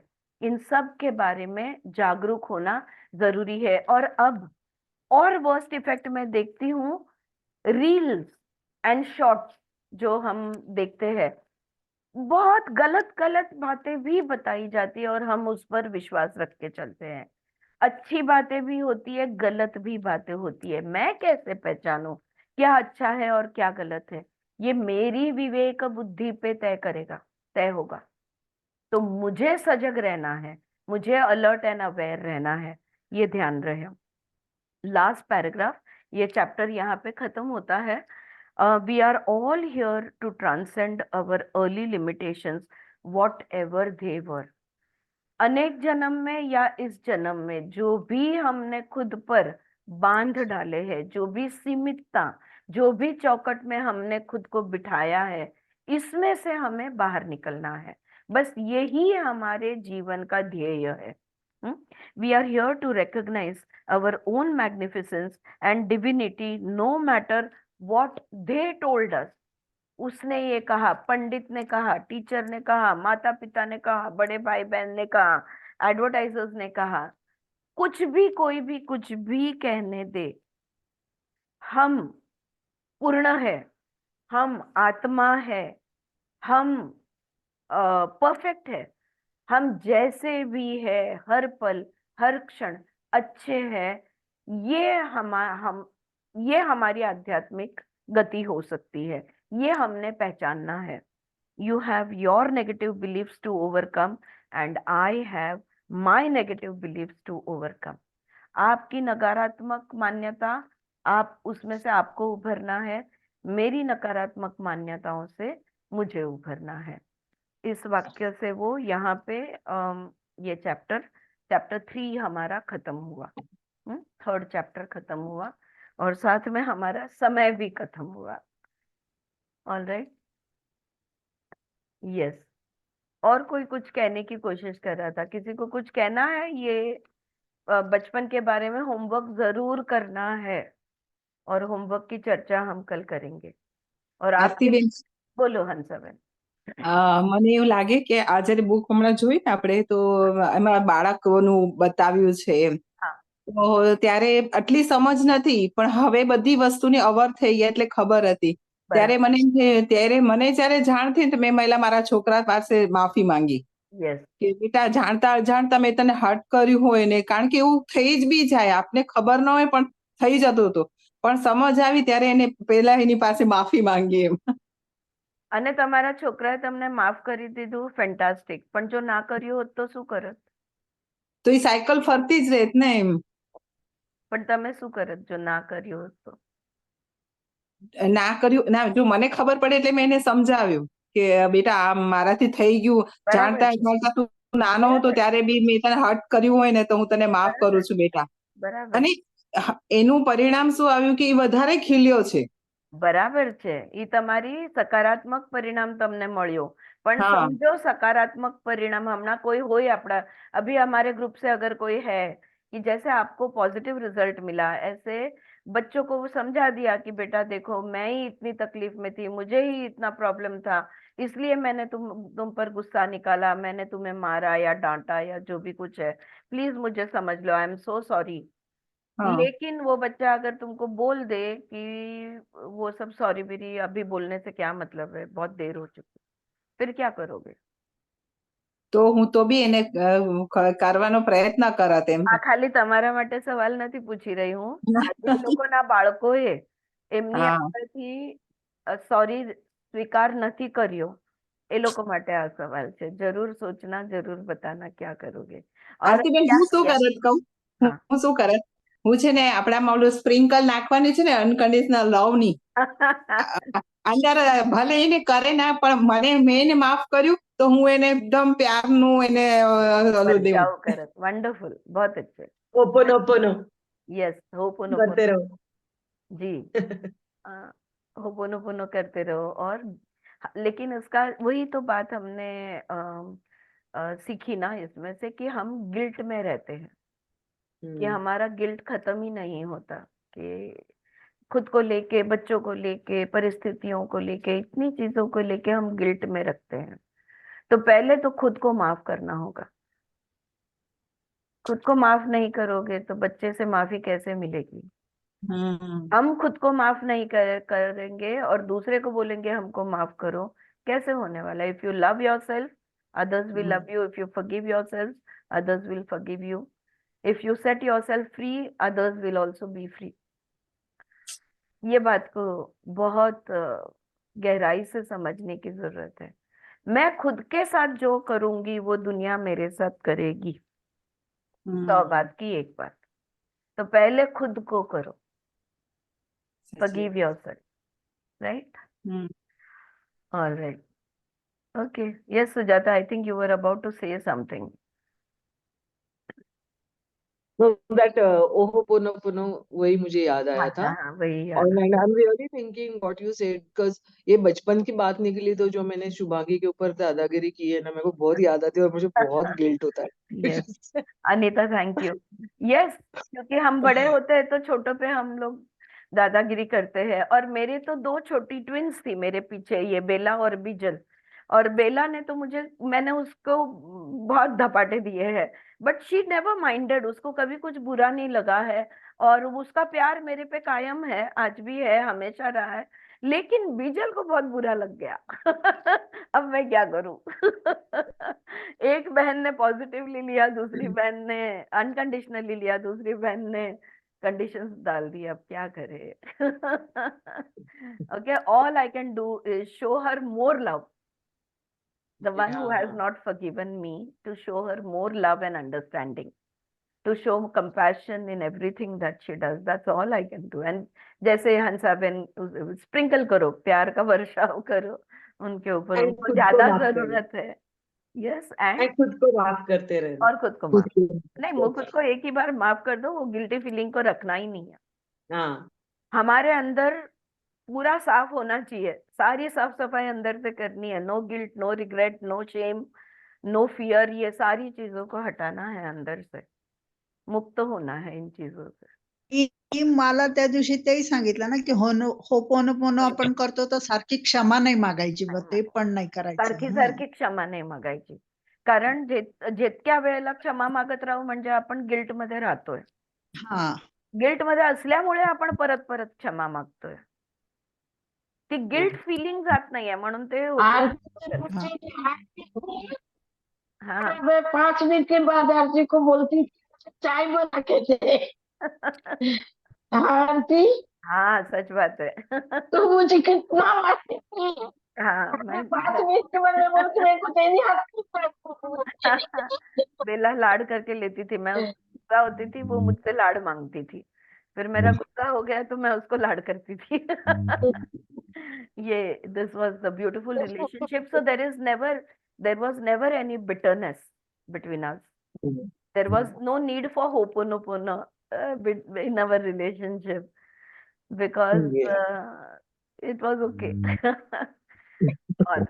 मॅम तुम्ही पहिले ती एक्सरसाइज सांगितली ती मिररची हो तर मी आता म्हणजे आंघोळ झाल्यावरती बाथरूम मध्येच मिरर आहे मी ना स्वतःला आय लव्ह यू म्हणते त्या मिरर मध्ये very good keep it up करते रहो आणि at the period of time मी ना आय फॉरगिव्ह यू म्हणत होते पण त्यावेळेस ना माझ्या डोळ्यात पहिले पाणी यायचं बरोबर आहे कारण भाव होता ना काहीतरी चुकीचं केल्याचा म्हणून तो त्रास आता ते खूप कमी होतंय म्हणजे पहिले खूप डोळ्यात आय फॉरगिव्ह यू म्हणताना खूप पाणी यायचं लगेच डोळ्यात बरोबर आणि ते खूप वेळा चालतंय पण अजून ते कम्प्लीट नाही झालं होईल होईल होईल जसं प्रेम वाढेल ना बाकीचे नकारात्मक भाव निघून जातात love conquers all love cleanses everything love is the ultimate healer love can overcome you can overcome anything with love there is no doubt in it हा तो जेवढं प्रेम वाढेल मॅम पण ते कधी कधी आपल्याला आपोआप येत नाही मग आपल्याला ते ह्या सगळ्या एक्सरसाइज किंवा अशा ऍक्टिव्हिटीने आणावं लागतं पण समजलं तर सजगताने एका क्षणात प्रेम येऊन जातं तसंही होतं पण नाही आलं तर यस मीना पटेल थँक्यू हा मॅम मॅम बोल बोल मी म्हणते मॅम तुम्ही म्हटलात की सारखी माफी नाही मागायची मग धन्यवाद मानायला हरकत नाही ना पण ऑफकोर्स थँक्यू म्हणायला धन्यवाद म्हणत राहायला ग्रॅटिट्यूड तर आपल्या कणकण मध्ये उतरला पाहिजे gratitude thankful life thanks to people thanks to circumstances सगळ्या जेवढे नेगेटिव्ह सर्कमस्टन्स असतं तेवढं त्याला थँक्यू म्हणायचंय बॉडीमध्ये पेन आलं पेनला थँक्यू म्हणायचंय डोक्यामध्ये टेन्शन आलं त्या टेन्शनला थँक्यू म्हणायचंय हा कारण ते आल्याशिवाय आपण मदत घेणार नाही नाही कारण तुम्ही आता ना की माफी मागायची सारखी त्याच्याने गिल्ट डेव्हलप होतो नाही डेव्हलप नाही होत माधवी डेव्हलप नाही होत आपल्याला गिल्टी फील हा, म्हणून हा. आपण सॉरी म्हणतोय की नाही? हा, पण आपल्याला ते सॉरी म्हणतोय पण आपला गिल्ट हा, फिलिंग हा. जात नाहीये. होय. आणि तो गिल्ट फिलिंग जात नसल्यामुळे आपण परत परत परत परत सॉरी म्हणत येस. हा. आपल्याला सॉरी म्हणणं किंवा न म्हणणं हा विषय नाहीये. मुद्दा हा आहे आपल्या आतमध्ये जो गिल्ट आहे हम्म. त्या गिल्टला संपवणं. हम्म. मग तू ते ग्रॅटिट्यूडनी माफी संपव, मागून नाही संपत का? तू ग्रॅटिट्यूडनी संपव का माफी मागून संपव का दोन्ही थोडं थोडं करून संपव, पण आपल्या आतला तो नकारात्मक भाव ह्याचा अंत आणायचा आहे, एवढाच मुद्दा आहे. Yes Vijaya, thank you. ठीक आहे. ओके. येस, थँक्यू हा. माधवी. All right. अजून कोणाला काही धन्यवाद. बोलायचंय? थांबायचंय, एक ओंकार म्हणणार मग थांबू. पण अजून कोणाला काही बोलायचंय? Yeah all good. होमवर्क सगळ्यांना कंपल्सरी आहे. सगळ्यांनी होमवर्क करायचंय and please share. All right. Okay. Hello ma'am. Hi hi Manisha, बोल बोल. हॅलो. मी खूप उशिरा आता जॉईन केलं. मला अरे होमवर्क सांगाल का? आता तुला बरं, मी रेकॉर्डिंग ऐकावं व्हिडिओ लागेल. बघून घेईन नाही तर. या तू बुक बघ किंवा तुला रेकॉर्डिंग ऐकशील ना, स्टार्टिंग पासून कर मनीषा होमवर्क. मी आज हो, हो. संध्याकाळी सगळं युट्यूबवर टाकते. स्टार्टिंग हो, पासून हो. होमवर्क कर, असं मध्येच नको करू. ओके. ओके, चालेल. हे तिसरं होमवर्क आहे आमचं. हा, हा, हा, हा. ते स्टेप वाईज कर, तर मग तुला खूप त्याच्यातनं हेल्प होईल. Okay. Good to see you. या थँक्यू. ओंकार म्हणूया.